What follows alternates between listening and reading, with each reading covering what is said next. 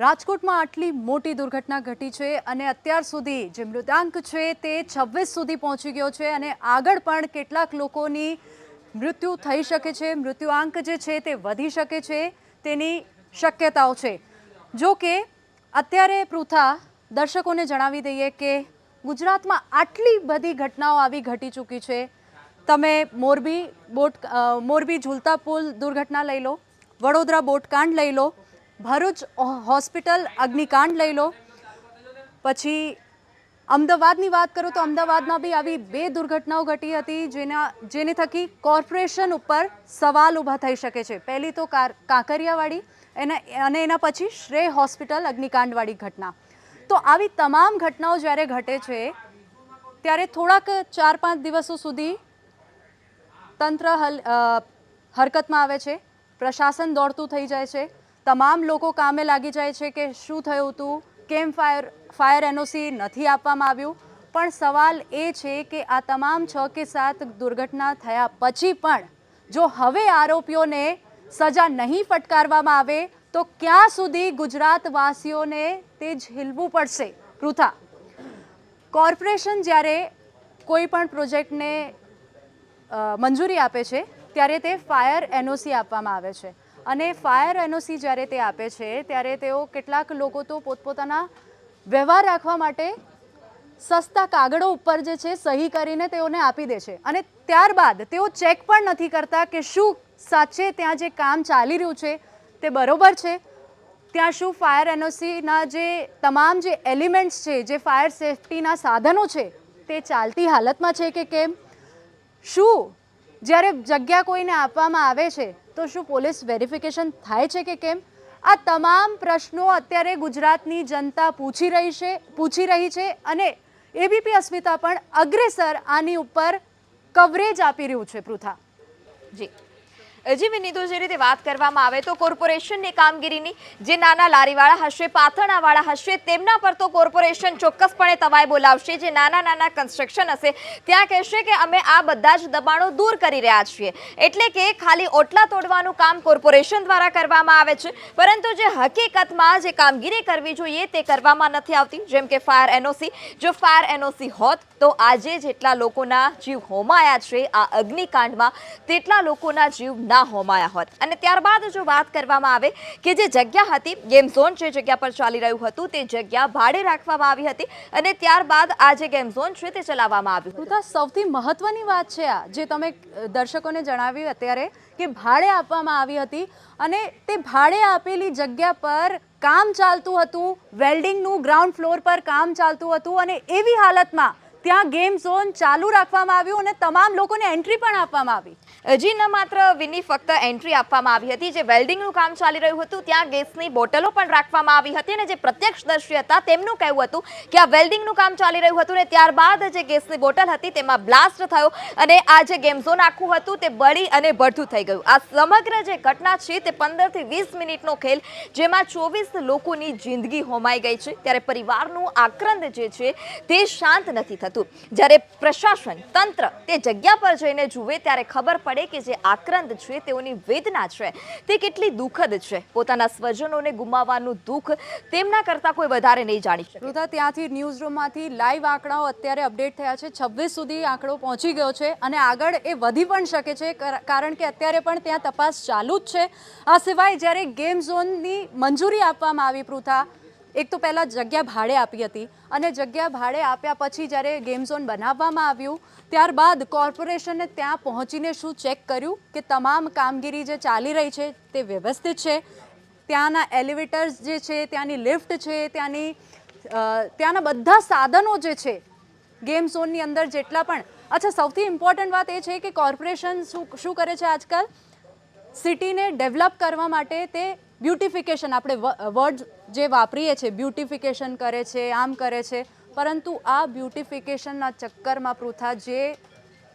લોકો જે છે તે ભોગ બને છે અને એ સૌથી કરુણ વસ્તુ છે, તે કરુણ ઘટના ઘટે છે કે લોકો પોતપોતાનું જીવ ગુમાવી દે છે આ પૃથા ઘટનામાં। આ સિવાય એક પ્રશ્ન મારો એ છે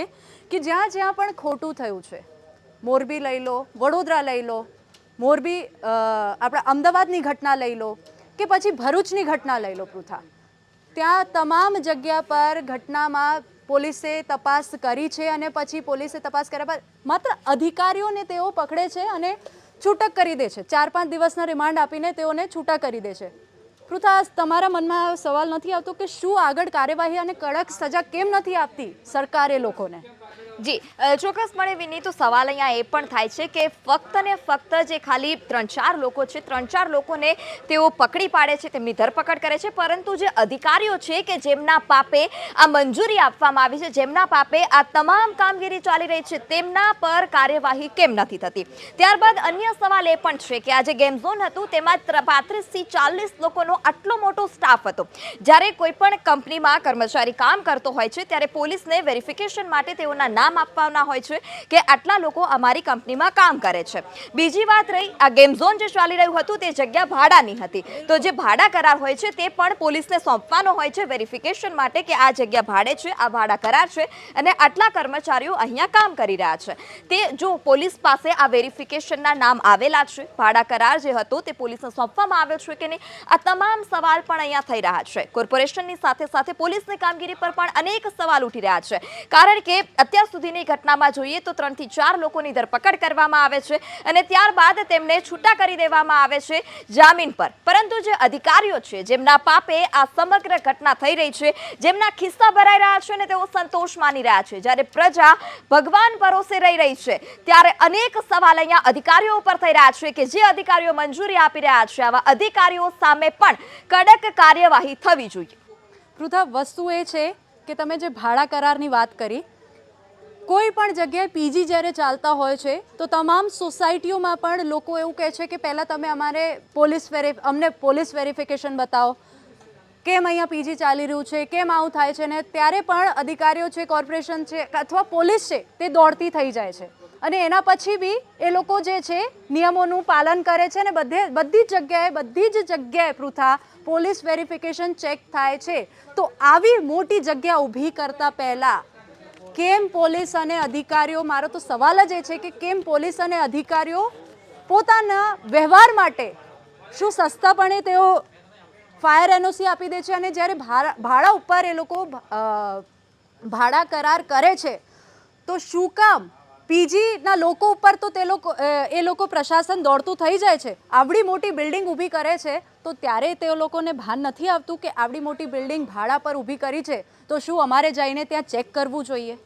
જી ચોક્કસપણે વિની, અહીંયા અનેક સવાલ એ પણ થઈ રહ્યા છે કે જ્યારે બિલ્ડિંગનું સ્ટ્રક્ચર બનાવવાનું હોય તે સ્ટ્રક્ચર પણ મહત્વની જ ભૂમિકા ભજવતું હોય છે, તેમાં ફાયર એક્ઝિટ હોવું પણ ફરજિયાત હોય છે. જ્યારે ગેમ ઝોનના સ્ટ્રક્ચરની વાત કરીએ તો ગેમ ઝોનના સ્ટ્રક્ચરમાં ફાયર એક્ઝિટ એક જ હતું, ત્યાં પણ વાયરો હતા. પ્રત્યક્ષદર્શી પાસેથી આ માહિતી સામે આવી છે અને આપણે પણ એબીપી અસ્મિતાના માધ્યમથી આ પ્રત્યક્ષદર્શીની જે બાઇટ હતી, સમગ્ર ઘટનાક્રમ કઈ રીતે બન્યો તે તમામ વિગતો દર્શકો સુધી પહોંચાડી છે. ત્યારે પ્રત્યક્ષદર્શીનું કહેવું છે કે ફક્ત એક જ ફાયર એક્ઝિટ હતો, નાનો એવો દરવાજો હતો ને ત્યાંથી પણ જવાની જગ્યા નથી, નીચે વેલ્ડિંગનું કામ ચાલી રહ્યું હતું. ફાયર એક્ઝિટમાં પણ અલગ અલગ વાયરો હતા, ત્યારે પતરા તોડીને અમારે અમારો જીવ બચાવવો પડ્યો છે. ત્યારે અધિકારીઓને 1.5 વર્ષથી આ જાણ નહોતી કે આ પ્રકારે અહીંયા ગેમ ઝોન ધમધમી રહ્યું છે. જ્યારે લારી ગલ્લાવાળાની વાત આવે ત્યારે કોર્પોરેશન હોશે કામગીરી કરવા પહોંચી જતું. અત્યારમાં હાલમાં જ ભાવનગરમાં પણ ડિમોલિશનની કામગીરી થઈ છે પૃથા, અને ગમે ત્યારે કોર્પોરેશનને થોડીક પણ ભનક થઈ જાય કે ભાઈ અહીંયા ગેરકાયદે કામ ચાલી રહ્યું છે ત્યારે તે લોકો દોડતા થઈ જાય છે. પરંતુ સવાલ એ છે અને એબીપી અસ્મિતા સતત આ સવાલ કરતું રહેશે જ્યાં સુધી તમામ સવાલોનો જવાબ નહીં આવે. અને સવાલ એ છે